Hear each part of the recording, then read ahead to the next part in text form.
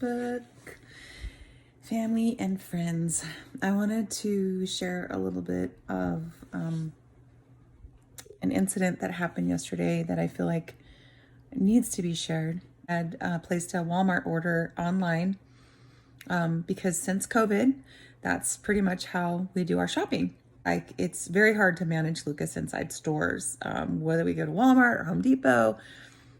He just, I mean, he wants to be free and he wants to explore, and he's very much an explorer, and he's very curious about doors and aisles and different things, around the environment. So we pull up, and I noticed that all of the slots were full, and I was like, wow, I've actually never been there when all of the slots were full. For those of you who don't use the pickup, they have numbered slots. They have a sign in the front of the slots that gives you the number that you're supposed to call, unless they alert you on your text message, which is what I get. And then you can check in on your text.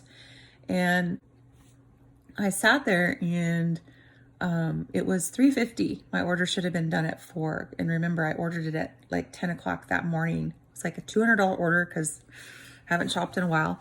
At 4:04, I get a text that says, we're sorry for the inconvenience. Your groceries have been delayed. And just a short little text just saying, there was a delay. I was like, oh, well, okay. And then this kid comes over to my car, an employee, a Walmart employee, and he says, can I have your name?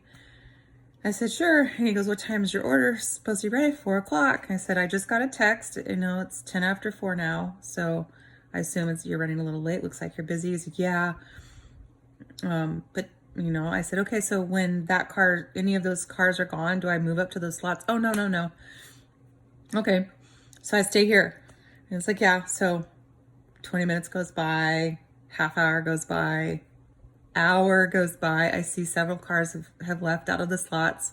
So I think, okay, maybe this kid forgot me. I'm going to go ahead and go in the slot and park and call the number and let them know that I'm here. My order's an hour. I've been here an hour. So I pull up, I get in there, and I'm looking around. I'm like, I still see some cars that have actually been there almost as long as me. But quite a few have left, gotten their orders. So I'm thinking maybe he just forgot me. So I start calling the number, can't get through to the number, goes straight to a voicemail.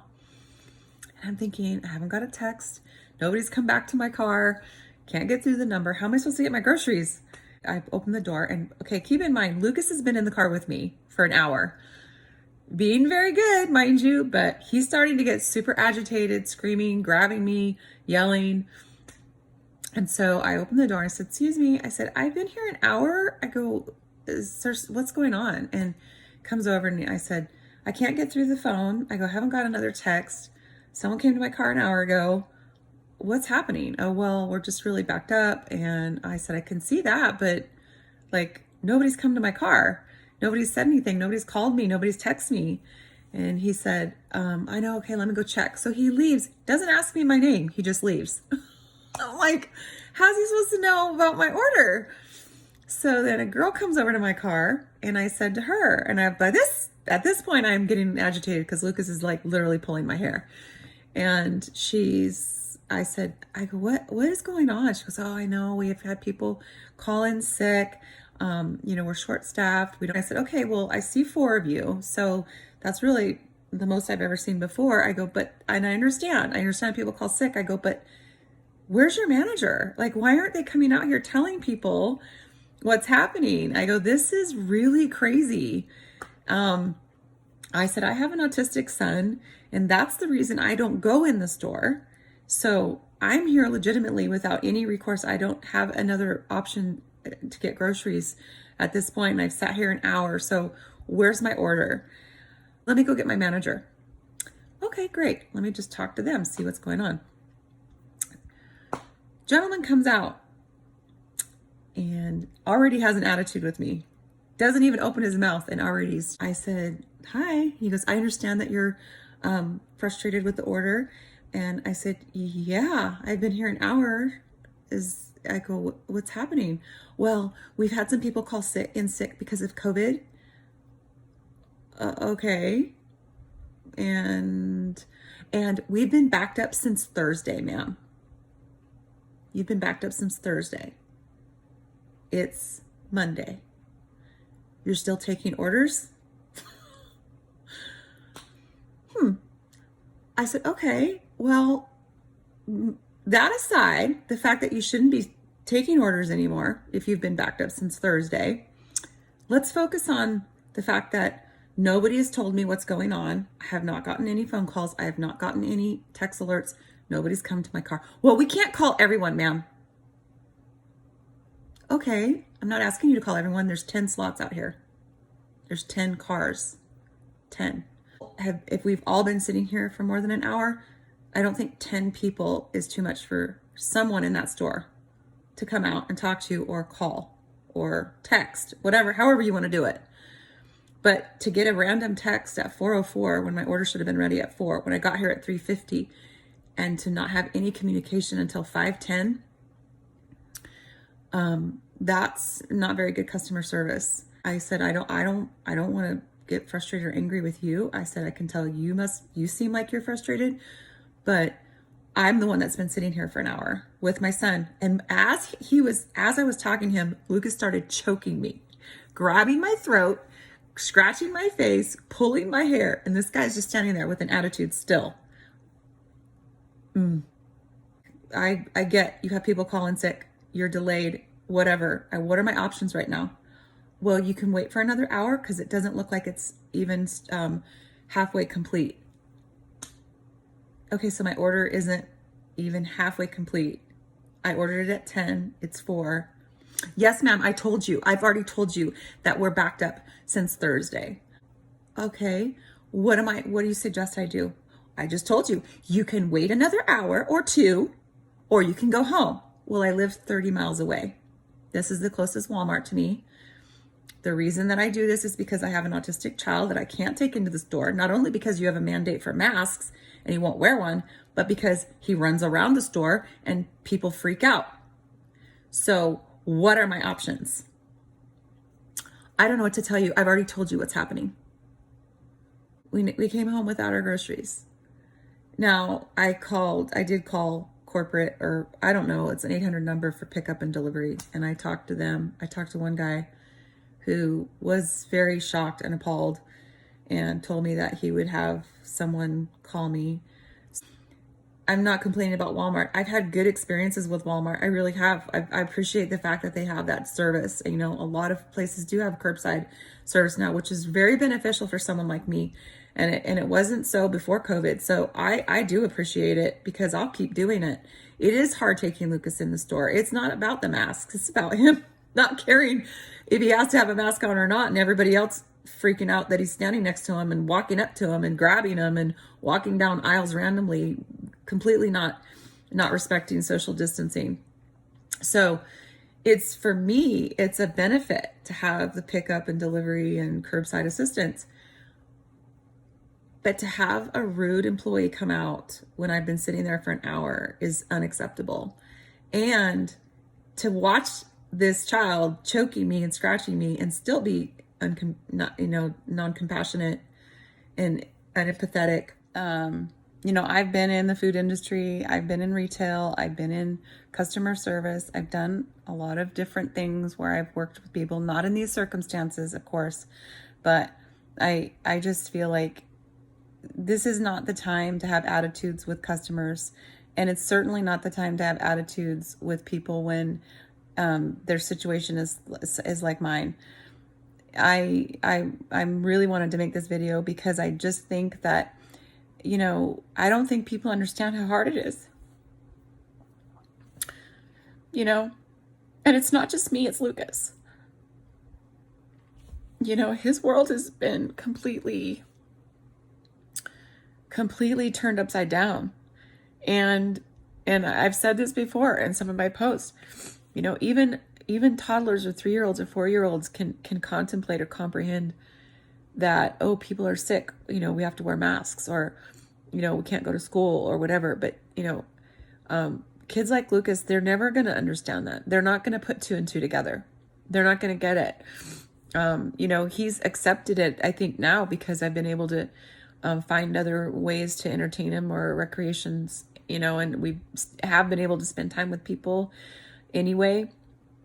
But, to shame people like us when he can't wear a mask, I put shirts on him that say he can't wear a mask.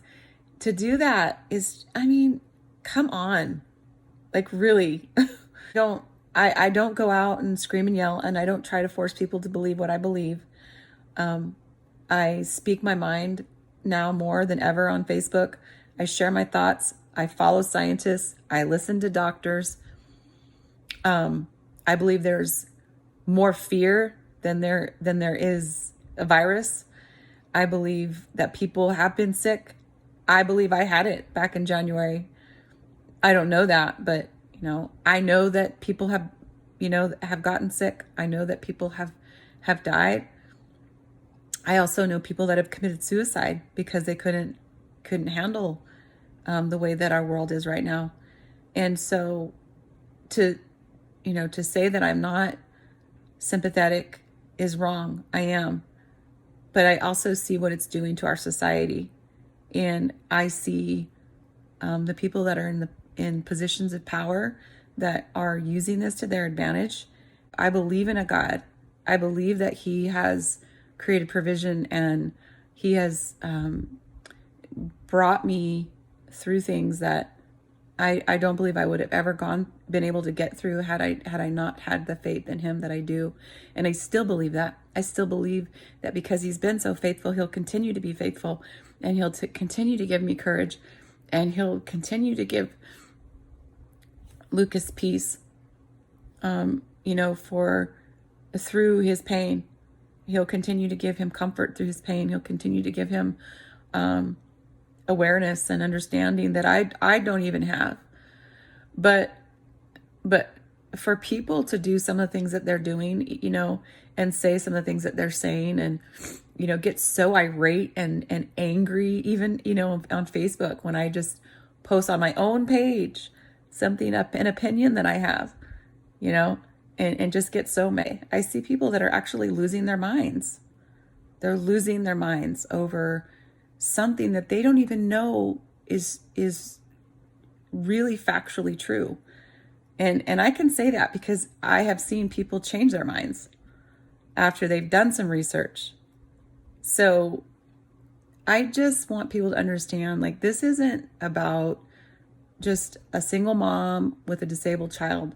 This is about a whole group, subset of people that are suffering, families, not just the people with disabilities like Lukas, that have had to succumb to isolation, some of them complete isolation, not having the ability to go and do things like they used to before. I said this in another post with the person who was saying, well, kids, that's why they should never have, kids with disabilities in regular schools, because they'll never be able to conform.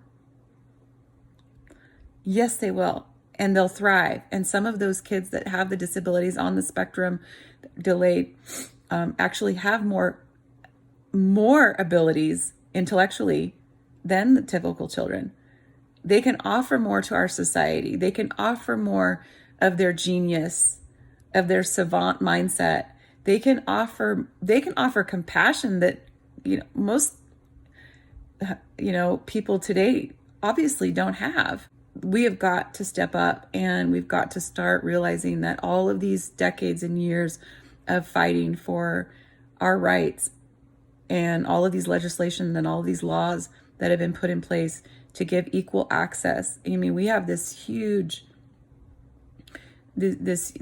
movement right now of equal rights and social justice, and yet if people think it's okay to say that kids like mine shouldn't be included. It's literal hypocrisy, for Disneyland to open to make money, because that's why they're open, so they make money. People are willing to put on masks and face shields and whatnot to go and spend hundreds and thousands of dollars, literally thousands of dollars, to go to Disneyland. And yet, someone like my son, who won't put a face shield on, who won't put a mask on, he can't enjoy that environment. ever. But the kids and people that can wear those things or will wear those things are able to. And people think that's okay. It's okay. That's not equal access. It's not equal access, and it never will be. It's not equal access when my son is told he cannot attend school because he won't wear a face shield. That's not equal access. That's not social justice. That's denying someone their rights to a least restrictive environment and their rights to a free public education. That's what that is. There's no conforming. There's no, adapting. It's denial, and it's social injustice.